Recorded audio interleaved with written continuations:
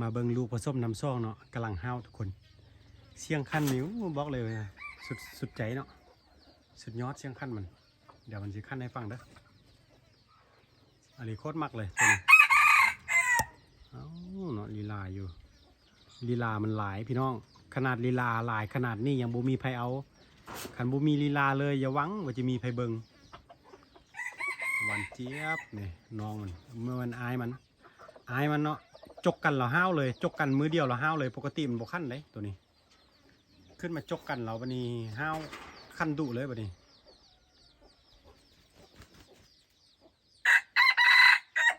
อ๋อเถอะเสียงแบบนี้ไก่ป่านี่เดี๋ยวถ้าฟังเสียงอายมันเอาจกกันอีกแห้งจกกันแบบนี้แห้งห้าวทุกคนแต่อย่าปล่อยมันตีกันจกกันแบบนี้ห้าวเลยเอา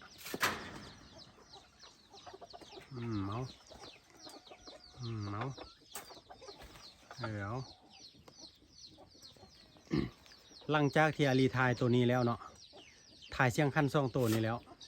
อาลีจะไปทายไก่ปลาลอยที่ได้เมื่อวานนี้ให้เบิ่งเนาะว่ามันสิลิ้นกับไก่แม่บอหรือว่ามันสิเคลียกินเข้าเลยบอเพราะว่าอาลีได้มาทำอิดนะทุกคนมันบินขึ้นไปนอนไก่แม่เสื้อมันเห็ดข่มโหดไก่ปลาตัวนี้เริ่มห้าวแล้วกันนี้เดี๋ยวต้องได้ไปลองละเดือนหน้านี่ต้องได้ไปลองละแต่ว่าตัวอายมันตัวเมื่อกี้นี้ได้ตัวนึงละตัวนี้นี่แหละไก่ปลาตัวนี้พี่น้องนี่อยู่ไหนฮะเนาะมิดจิลี่อยู่นี่ขั้น5 บาทเนาะเลียนมาติดคืนเลยมันเห็ดเดี๋ยวมันขั้นอีกแหละซองน้องเข้าตัวไรพอพันน้ำซ้ำเนาะขั้นเมื่อกี้ตัวได้ขั้นก้อนเนาะตัวได้ขั้นก้อน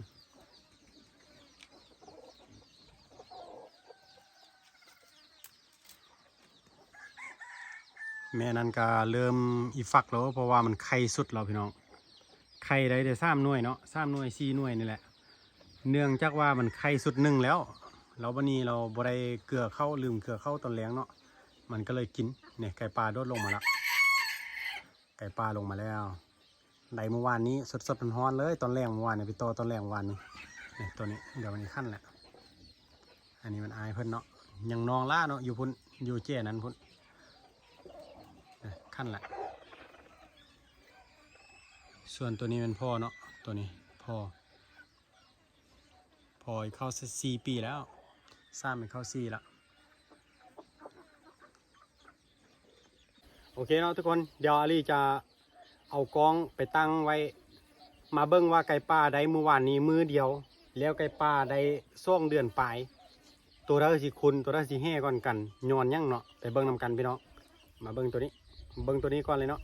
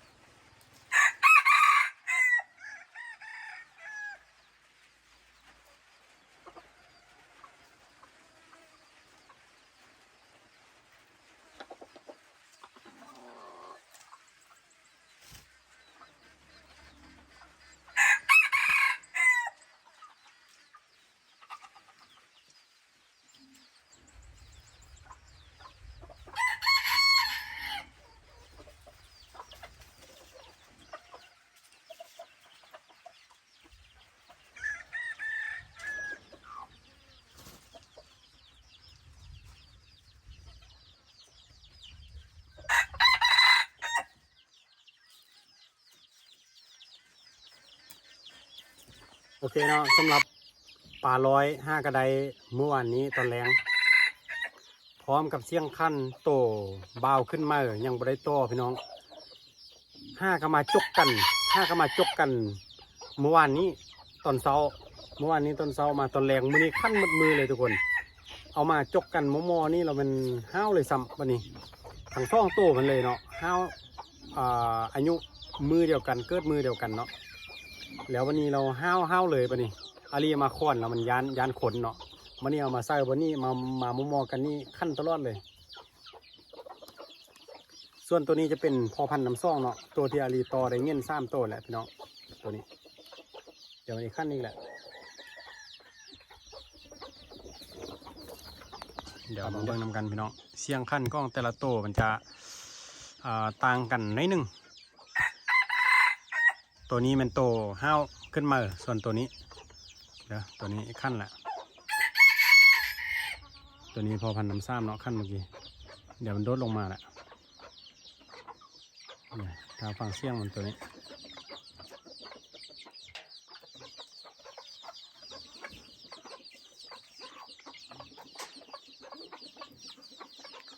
ป้าบุกขั้นเสื้อเดี๋ยวก็โดดลงมาเนี่ยโดดลงมาต่ำซะฮั่นตกลงฮั่นแล้ววับ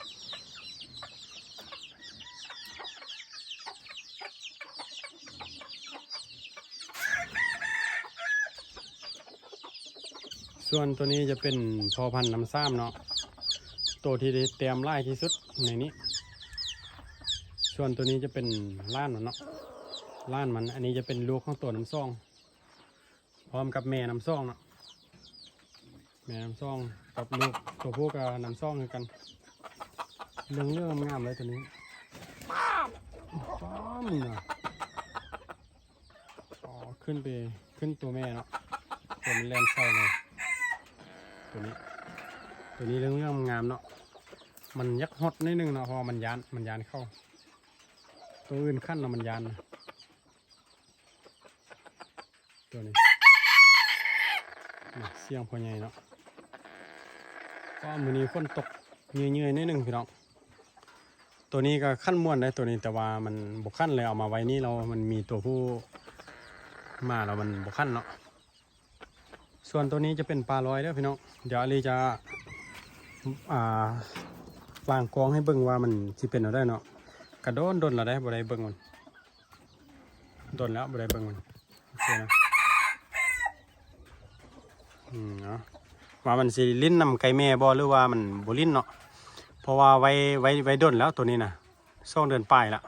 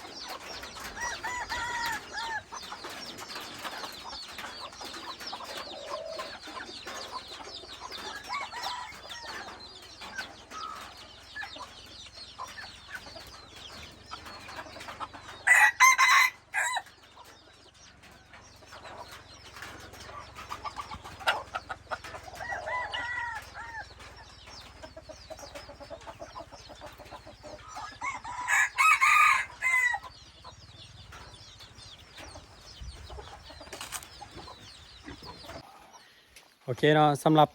ปลาร้อยได้มือทำอิฐแล้วก็ปลาร้อยได้2 เดือนปลายเนาะทุกคนก็ให้เบิ่งแล้วเพราะว่าตอนนี้ฝนตกเนาะทุกคนเนื่องจากว่ามันแดดมาไล่มือแล้วก็เอาไล่กันเนาะแล้วก็เขาจะเอาจุดให้จุดขี้เหงื่อประมาณนี้แล้วถ้ามันเอาฝนย่อยตกลงมาเนาะอาลีต้องเก็บกองไว้ก่อนเดี๋ยวอาลีจะมาตั้งกองอีกตึมเทื่อนึงให้มันดนๆให้มันเห็นชัดเจนให้มันแจ้งเลยเนาะแต่ว่าเสียงขั้นยังบ่มาเถอะเนาะเพราะว่ามันเห็นคนในหมู่บ้านตลอดทุกคนเขาเจ้าไปส่วนเนาะไปส่วนยังได้ก็ต้อง